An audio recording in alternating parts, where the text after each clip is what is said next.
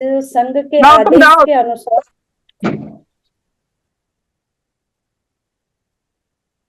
आवाज नहीं आ रही क्या? आ आ रही रही है है। बहन जी, बोलिए आज बोलिए। संघ के आदेश के अनुसार आज मैं गोल्डन रूल नंबर 10 पर अपनी बात रखने जा रही हूँ। और 10 नंबर की बात करने से पहले मैं थोड़ा संघ के बारे में बताने जा रही हूँ और 9 नियमों को बताने जा रही हूँ, क्योंकि 9 नियमों के एक नियम दूसरे नियम से संबंधित रखता है, या यूं कहें कि एक नियम दूसरे नियम के बिना अधूरा है। ये दोनों एक दूसरे के पूरक हैं। तो इससे पहले मैं थोड़ा संघ के बारे में बताऊंगी कि संघ एक होता है और उसकी शाखाएं बहुत सारी होती हैं, और शाखाएं सभी संघ से जुड़ी होती हैं।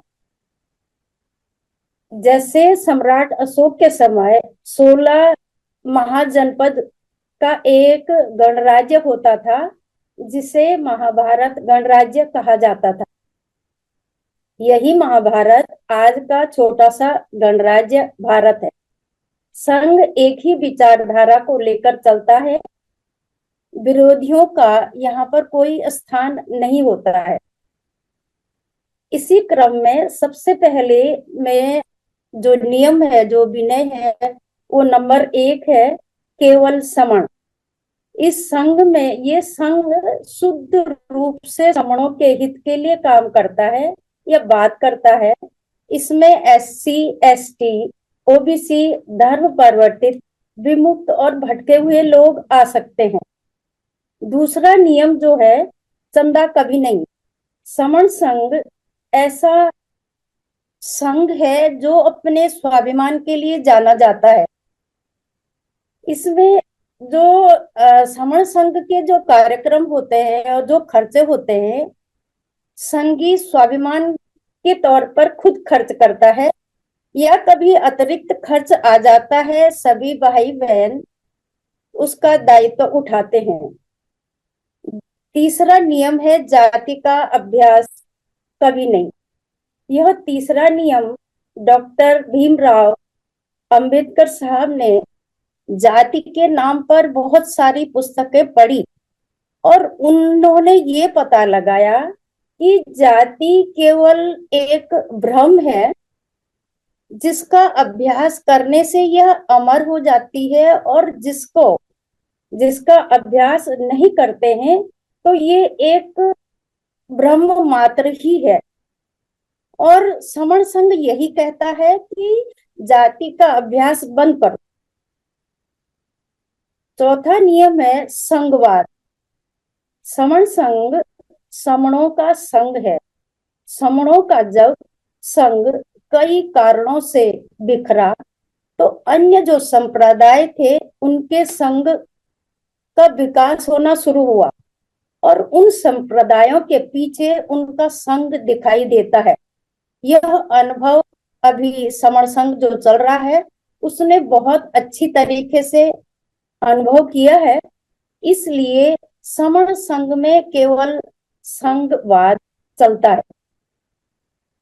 पांचवा नियम है, पद प्रतिष्ठा मंचमाला कभी नहीं। समण संघ कोई नया नवेला संघ नहीं है। यह एक प्राचीनतम संघ है, समण संघ है। समण संघ ने यह अनुभव किया है कि जो ये पद प्रतिष्ठा माला मंच होती है, यह केवल विघटित करती है और संगठनों को जन्म देती है, और ये टुकड़े टुकड़े बांटने में समण संघ इसके लिए सहमति नहीं देता है। समण संघ एकजुट में रहने में विश्वास करता है। छठा नियम है, पंजीकरण कभी नहीं। संघ एक स्वतंत्र इकाई है, इसे पंजीकरण करने की आवश्यकता नहीं होती है। पंजीकरण का मतलब होता है कि कोई मालिक होता है और कोई और लोग होते हैं, लेकिन समण संघ में कोई न मालिक है और न कोई है, सभी कोई है और सभी मालिक है। इसका सातवां नियम है, संघादेश सबसे ऊपर। समण संघ की क्रिया और प्रतिक्रिया संघ के अनुसार ही होती है। संघ किसी भी नियम को जब लागू करता है तो अच्छी तरीके से बहुमत के तौर पर संघ के नियम बनते हैं और इसमें संघ का आदेश ही सर्वोपरि होता है। आठवां नियम है, संघ राजनीति में कभी नहीं जाएगा। जैसे कि संघ एक स्वतंत्र इकाई है, वह अपने समणों के लिए कार्य करती है। वह राजनीति में जाना या राजनीति में उलझना ठीक नहीं समझती। ये उचित नहीं है कि राजनीति में उलझे। उसकी कार्यनीति सब पूरी स्पष्ट है। इसलिए कोई भाई बहन अगर रुचि रखते हैं तो वो राजनीति में जा सकते हैं। नौवां नियम है, संघ घात की वापसी कभी नहीं। कई संघी लोग जो संघ घात या संघ के विरोध में कार्य करते हैं या संघ के विरोध में कार्य करने में सहयोग करते हैं तो वो संघ घात कहलाता है। ऐसे संघियों का अगर पता लग गया तो उनको संघ में प्रवेश नहीं दिया जाता है, वापस उन्हें नहीं लिया जाता है। 10वां नियम है, ये 10वां नियम जो 9 नियम है उनके ही पुष्टि करता है। ये विनय संघ के आधार हैं। ये न कभी बदले जाएंगे, न ये खत्म किए जाएंगे और न कभी अमान्य किए जाएंगे। समण संघ प्रत्येक संघी को अपनी बात रखने का पूरा अवसर देता है। मन में जो भी प्रश्न हो संघ में रख सकता है, जिससे संघ प्रत्येक संघी के भले बुरे विचारों में खूब चिंतन मनन करता है, वाद विवाद करता है। बहुमत के आधार पर बात रख करके फिर वो संघ के हित में होता है और आगे चलकर वही जो हित में जो कार्य हो रहा है वो नियम के रूप में पारित होता है। और यह परंपरा सुदृढ़ परंपरा जो आगे चलकर प्रस्तावित होती है। यदि प्रत्येक नियम बहुमत के आधार पर बनता है तो उस नियम में फिर वेर बदल करना हो, फिर वही क्रिया लेकर आगे कानून बनता है। जो नियम बनते हैं हमारे वो बहुमत के आधार पर ही बनते हैं। ऐसा तो कभी हुआ नहीं है कि समण संघ किसी संघी के अहित में कार्य करता है। सभी समणों के हित के लिए कार्य करता है, परंतु ये निजी समण संघ निजी अनुभवों से गुजरा है। जैसे समाज में दो प्रकार के लोग होते हैं। जो एक मेहनत कश वर्ग होता है, वो देखा गया है कि उसको उसके जो परिश्रम है उसका फल उचित फल नहीं मिलता है। दूसरे प्रकार का लोग हैं जो मेहनत करने वाले व्यक्ति का एक दलाल बनके या एक बीच का आदमी बनकर पूरा फायदा उठाता है। और जो मेहनती आदमी होता है तो वो ये बदलती नियमों के अनुसार वो सोचता है कि वो मजबूर होकर ऐसा ही सोचता है, जिंदगी एकदम उसकी बेकार हो जाती है। वो सोचता है ये नियम कैसे हैं। इसी तरह देखा गया कि तथागत के त्रिपिटक के नियमों को अनदेखा किया गया है। जो डॉक्टर भीमराव अंबेडकर साहब ने तथागत बुद्ध के वारित नियमों को संविधान की 9वीं सूची में सुरक्षित किए हैं और जो अजर अमर हैं। परंतु ये नियम कैसे बदले गए, इन्हें किसने अनदेखा किया, किसने इन नियमों का उल्लंघन किया? उत्तर में हमें यह मिलता है कि भारत एक धार्मिक विषमताओं वाला देश है। जो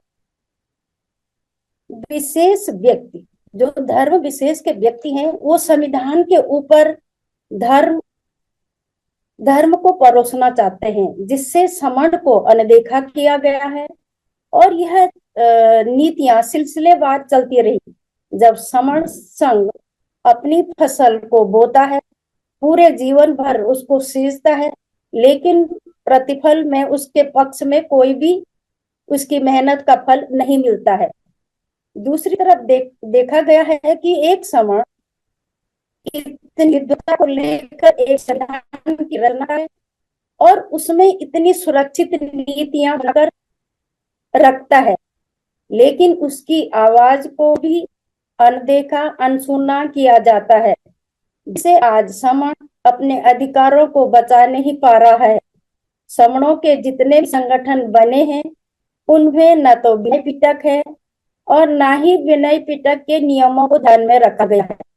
ऐसे समणों को केवल अपना पद, पोस्ट, जायदाद और अपनी झूठी प्रशंसा याद रहती है। अब समण संघ ने पुराने नियम उपोषण का ध्यान रखा है। इसमें हर 15वें दिन उपोषण पातिमुख्य होता है। यदि नियमों में लागू करने में या उन पे बोलने में किसी प्रकार का परिवर्तन हो जाए तो 1 महीने के अंतर्गत ही उस नियम को, गोल्डन नियम जो 10 नियम है, उसके नियम के अनुसार सुरक्षित रखा जाता है। तभी समणों को सुरक्षा, सामाजिक सुरक्षा, वैभव, ऐश्वर्य पुनः प्राप्त हो सकता है। फिर सम्राट अशोक जैसा महान साम्राज्य हो सकता है। संघ सब कुछ कर सकता है। समणों का यह पैदाइशी हक है, क्योंकि तथागत बुद्ध ने आदेश दिया था कि संघं शरणं गच्छामि। संतों ने आदेश दिया साधु संगत करो। डॉक्टर भीमराव अंबेडकर साहब ने कहा था ऑर्गेनाइज, यानी संघ में आओ। संग रहना ही संघ में रहना है। 1927 में बाबा साहब ने समता समाज संघ बनाया था, परंतु लोगों ने इसे तोड़कर 29 लाख संगठन बना दिए।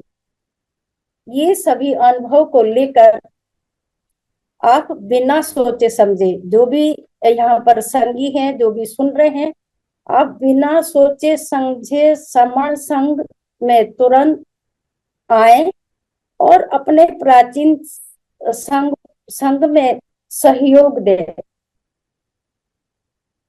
प्राचीन जो हमारा वाक्य भी है कि संगे शक्ति, संघ में ही शक्ति होती है।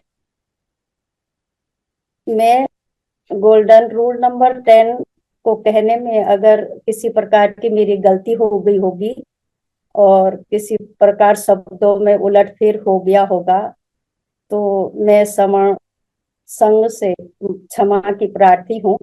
मैं दुर्गा देवी, जयपुर से।